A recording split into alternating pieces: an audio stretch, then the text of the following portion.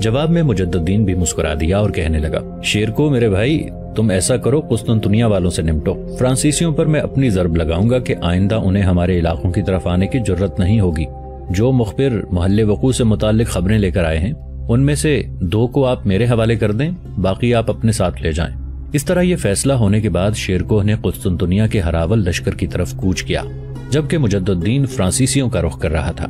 قسطنطنیہ کے ہراول دستے جو بڑی بے فکری سے مسلمانوں کے علاقوں میں لوٹ مار کے بازار گرم کر رہے تھے، شیرکوہ اچانک اس طرح سے ان پر حملہ آور ہوا جس طرح قرن ہا قرن سے رکے انگڑائیاں لیتے آتش فشاں دیدہ زیب انقلاب کے جنوں اور بد دماغوں کے غضبناک گروہ کو اپنا ہدف بنانا شروع کر دیتے ہیں۔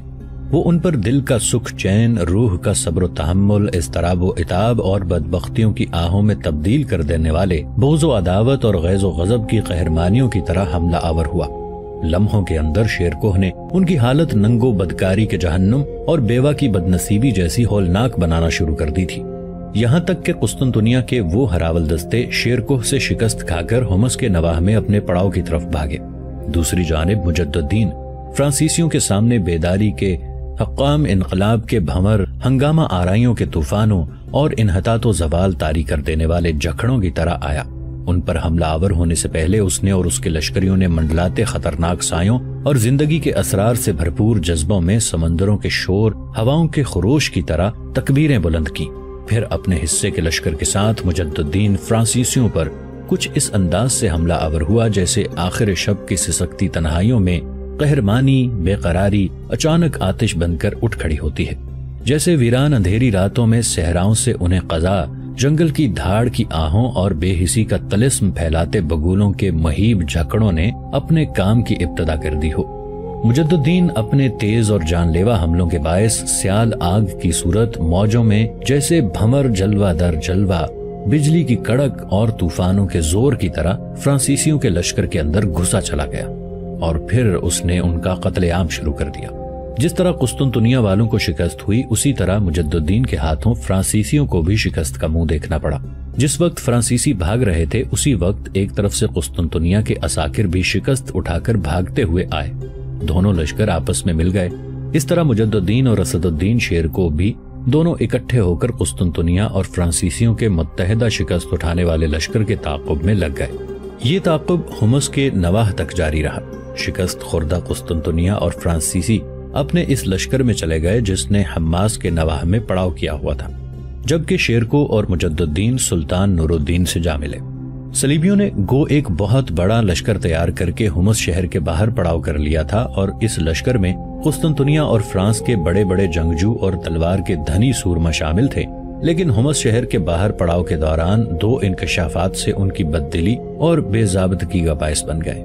قسطنطنیہ اور فرانس کے صلیبی متحد ہو کر سلطان نور الدین زنگی کے علاقوں پر چڑھ دوڑے تھے کہ انہیں خبر ہو گئی کہ سلطان نور الدین زنگی بیمار ہو گیا ہے، سخت علیل ہے اور اس کے بچنے کی کوئی امید نہیں ہے۔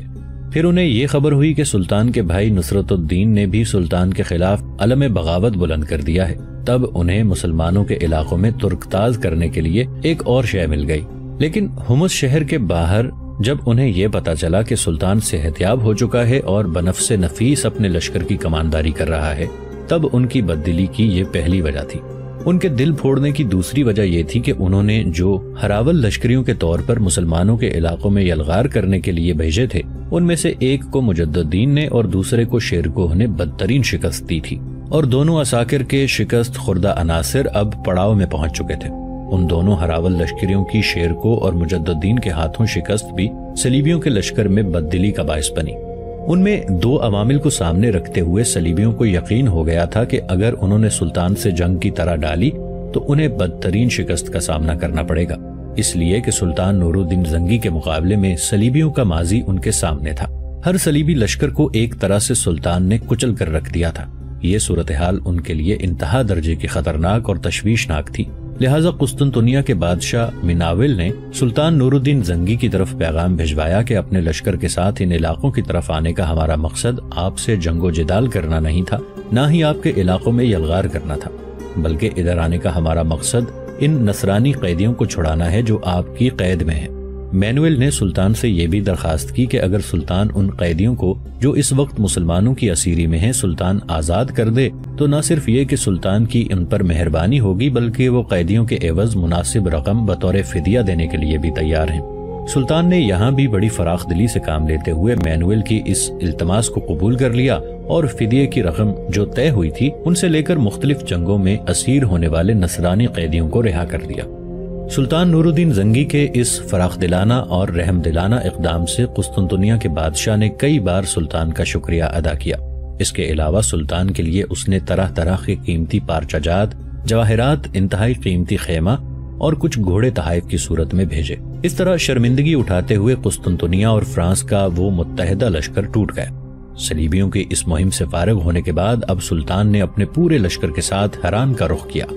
جہاں نصرت الدین علم بغاوت کھڑا کیا ہوا تھا۔ نصرت الدین کو جب خبر ہوئی کہ شیرکو اور مجد الدین کے علاوہ سلطان خود اس لشکر میں شامل ہے جو اس کی سرکوبی کے لیے آ رہا ہے، تب اس کے پاؤں تلے سے زمین نکل گئی۔ اسے اپنی شکست، اپنی ناکامی اپنے آنکھوں کے سامنے دکھائی دینے لگی۔ ساتھ ہی حران شہر کو اپنے بھائی قطب الدین کے بیٹے زین الدین کی کمانداری میں دے دیا۔ سلطان نور الدین اپنے بھائی نصرت الدین کی مہم سے فارغ ہوا ہی تھا کہ ایک اور مصیبت اٹھ کھڑی ہوئی۔ یروشلم کے بادشاہ بالڈوین نے جب دیکھا کہ قسطنطنیہ اور فرانس کا ایک لشکر مسلمانوں پر ضرب لگانے کے لیے حمص کے نواح میں ہے، ساتھ ہی جب یہ بھی خبریں اس کو ملیں کہ نصرت الدین بھی بغاوت کھڑی کر چکا ہے، تب اس نے بھی ایک بہت بڑا لشکر تیار کیا اور دمشق فتح کرنے کے ارادے سے نکلا۔ یروشلم کے بادشاہ بالڈوین کو یقین ہو چکا تھا کہ بیک وقت سلطان نور الدین زنگی اور اس کے سالار قسطنطنیہ، فرانس اور نصرت الدین کے دباؤ کو برداشت نہیں کر سکیں گے، لہٰذا اس موقع پر اگر وہ بھی حرکت میں آئے تو دمشق فتح کر کے اپنے لیے بے بہا فوائد حاصل کر سکتا ہے۔ لیکن بالڈوین کی بدقسمتی کہ جس وقت وہ یروشلم سے دمشق کی طرف کوچ کر رہا تھا، نصرت الدین کو بھی زیر کیا جا چکا تھا، لہٰذا سلطان نے یروشلم کے بادشاہ بالڈوین سے نمٹنے کے لیے ایک خاصا بڑا لشکر شیرکو اور مجد الدین کو دے کر اس کی طرف روانہ کیا۔ یروشلم کے بادشاہ بالڈوین نے سلطان نور الدین زنگی کی سلطنت کی سرحد پر پہنچ کر پڑاؤ کر لیا تھا، اس لیے کہ اسے وہاں رات ہو گئی تھی۔ اس کا ارادہ تھا کہ رات وہاں بسر کرنے کے بعد اگلے روز کا سورج جب طلوع ہوگا تو وہ مسلمانوں کے علاقوں میں داخل ہونے کے بعد دور تک یلغار کرتا چلا جائے گا۔ اس کا مدعا اور مقصد یہ تھا کہ کسی نہ کسی طرح دمشق شہر پر قبضہ کر لیا جائے۔ اس کا خیال تھا کہ اگر وہ دمشق شہر پر قبضہ کر لے تو پھر آہستہ آہستہ جست و خیز کرتے ہوئے نور الدین کی سلطنت پر قبضہ کیا جا سکتا ہے۔ دوسری جانب شیرکو اور مجد الدین بھی بڑی برق رفتاری سے بالڈوین اور اس کے لشکر کا رخ کیے ہوئے تھے۔ آدھی رات کے کچھ بعد جبکہ چاروں طرف خاموشی تھی، ہر سو ہو کا عالم تھا، کائنات کی ہر شے نیند سے لپٹ چکی تھی، شیرکو اور مجد الدین اپنے لشکر کے ساتھ بالڈوین کے لشکر سے چند فرسنگ کے فاصلے پر پہنچ گئے۔ وہاں مجد الدین نے اسد الدین شیرکو کو مخاطب کیا۔ شیرکو میرے بھائی، بالڈوین سے نمٹنے کے لیے میرے ذہن میں ایک ترکیب ہے، میرے خیال میں اس پر عمل کریں تو اس بالڈوین کو بڑی ذلت آمیز شکست دے سکتے ہیں۔ ہمارے مخبر ہمیں ان کے محل وقوع سے آگاہ کر چکے ہیں اور اس وقت ہماری رہنمائی کر رہے ہیں۔ اس موقع پر اگر حسب سابق اپنے لشکر کو 2 حصوں میں تقسیم کر دیں، ایک تمہارے پاس رہے، ایک میرے پاس، میں چاہتا ہوں کہ پہلے میں یا تم دونوں میں سے ایک آگے بڑھ کر بالڈوین سے ٹکرائے، مگر یہ ٹکراؤ سورج غروب ہونے سے تھوڑی دیر پہلے ہونا چاہیے، اور جب بالڈوین کا سارا لشکر سمٹ کر مجھ پر یا تم پر حملہ آور ہو جائے تو بعد میں تم یا میں ان کی پشت کی جانب سے حملہ آور ہو کر انہیں ناقابل تلافی نقصان پہنچا سکتے ہیں، ان کی شکست اور بدبختی کے دروازے کھول سکتے ہیں۔ مجد الدین مزید کچھ کہنا چاہتا تھا کہ اس کی بات کاٹتے ہوئے شیرکو بول اٹھا، یقیناً ایسا ہی ہوگا، اور پہلے میں حملہ آور ہوں گا، یہاں سے ہم دونوں بھائی علیحدہ ہوتے ہیں۔ میں سیدھا آگے بڑھ کر سورج غروب ہونے کے تھوڑی دیر پہلے جبکہ فضاؤں میں روشنی پھیلنا شروع ہو جائے گی بالڈوین کے لشکر پر حملہ آور ہوں گا۔ میرے بعد جب تم دیکھو گے کہ ان کا پورا لشکر سمٹ کر میری طرف بڑھا ہے اور مجھ پر حملے شروع کر دیے ہیں، تب تم پشت کی جانب سے ان پر حملہ آور ہو جانا۔ اگر ہم ایسا کرنے میں کامیاب ہو گئے تو یاد رکھنا بالڈوین اور اس کے لشکری زیادہ دیر ہمارے سامنے نہیں ٹھہر سکیں گے، شکست اٹھا کر پانی کی طرف بھاگنے والی پیاسی بھیڑوں کی طرح بھاگ اٹھیں گے۔ یہ فیصلہ ہونے کے بعد شیرکو لشکر کے ایک حصے کے ساتھ آگے بڑھ گیا، جبکہ مجد الدین اپنے لشکر کے ساتھ بائیں جانب سے چکر کاٹتے ہوئے یروشلم کے بادشاہ بالڈوین کے لشکر کا رخ کر رہا تھا۔ بالڈوین کا لشکر جس وقت نیند سے بیدار ہو رہا تھا اور لشکر کا ایک حصہ کھانا تیار کرنے میں مصروف تھا، شیر کو ان پر ہمہ قیامت اور ہمہ عقوبت قضائے ظلم کے فسوں، شعلہ فشاں طوفانوں، برق ساماں مرگ اور سائقہ بدوش شدتوں کی طرح حملہ آور ہو گیا۔ حملہ آور ہوتے ہی شیر کو اور اس کے لشکری قرن اور نرسنگوں کی مہیب آوازوں اور ضبط کی ساری فصیلیں توڑنے والی فضاؤں کے انداز میں تکبیریں بلند کر رہے تھے۔ اپنے تیز حملوں کے باعث وہ آگ کے دریا، لہو کی ندیاں اور انقلاب کی خونی علامت کی طرح بالڈوین کے لشکر میں گھسنے لگے تھے۔ اسد الدین شیرکوہ کے اس حملے سے بالڈوین کے لشکر کے اندر بازو دریدہ مقدر سوختہ ہونا شروع ہو چکے تھے۔ آرام گاہ میں ندامت کی تھکن درج کی تحریروں نے اپنی گرفت کرنا شروع کر دی تھی۔ بالڈوین نے فوراً اپنے لشکر کو سنبھالا اور اس کے کہنے پر اس کا پورا لشکر موجے مارتے بحر کی طرح شیرکوہ کی طرف امڑا تھا، تاکہ ایک دم متحدہ طور پر اس کا لشکر اس پر حملہ آور ہو کر اسے نقصان پہنچا کر زندہ گرفتار کیا جائے۔ عین اسی لمحے بالڈوین کے لشکر کے لیے ایک اور قیامت نمودار ہوئی۔ مجد الدین ان کی پشت کی طرف سے زندگی کے رنگوں اور خوابوں میں زہر اجاڑ راتوں کی تنہائیوں میں قیامت اور اندھیرے کے تلاطم میں استبداد کے ہجوم بھر دینے والے غم کے فراق کے قصوں کی طرح حملہ آور ہوا۔ اس کے حملے کی شدت اور کربناکی ایسی تھی جیسے وہ زمین کے چیتھڑے اڑانے، رزم گاہ کے بدن میں خنجر چلانے، گورکھ دھندوں کے پھیلاؤ میں صحرائی لو کی کربناک شدت پھیلانے کے لیے پیدا ہوا ہو۔ وہ بڑی تیزی سے طوفانوں ابتدا کے آہنگ پیچ کھاتے دھوئیں کے ناگوں اور موت کے شعلوں کے پیرہن کی طرح پشت کی جانب سے بالڈوین کے لشکر میں گھسا چلا گیا۔ اس کے حملوں میں چڑھتے دریا کی گھولتی موجوں جیسی روانی اور تیزی تھی، اور بڑی تیزی سے اس نے بالڈوین کی لشکر کی حالت ساحلوں پر چیختی پاگل ہواؤں اور محیب شب کے حالات جیسی کرنی شروع کر دی۔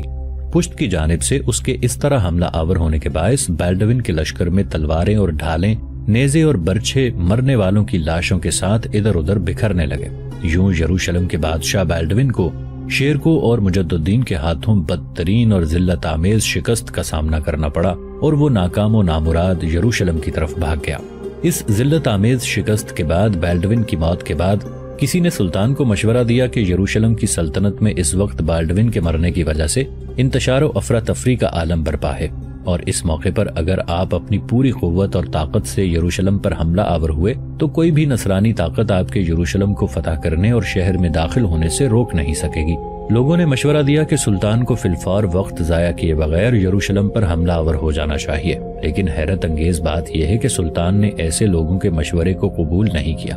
گو اس وقت یروشلم پر قبضہ کر لینا سلطان کے لیے کوئی مشکل امر نہ تھا، لیکن رحم دل اور عالی ظرف سلطان نے ایسا مشورہ دینے والوں کو مخاطب کرتے ہوئے کہا۔ بالڈوین اپنی نصرانی رعایا کی نظروں میں ایک انتہائی کامیاب اور اچھا بادشاہ تھا۔ نصرانی اس وقت اس کے مرنے کا غم اور سوگ منا رہے ہیں، لہٰذا اس وقت ان پر حملہ آور ہو کر انہیں فتح کرنا ہمت و مردانگی سے بعید ہے۔ بالڈوین کی موت کے بعد ان کے حالات معمول پر آ جائیں تو پھر ان پر ضرب لگائی جا سکتی ہے۔ بالڈوین کے مرنے کے بعد یروشلم کے سرکردہ لوگوں نے اس کے بھائی اموری کو یروشلم کی سلطنت کا بادشاہ بنایا۔ اس کو امالکر کہہ کر پکارا جاتا تھا۔ یہ اموری اس وقت نصرانیوں کے شہر اقلان کا حکمران تھا۔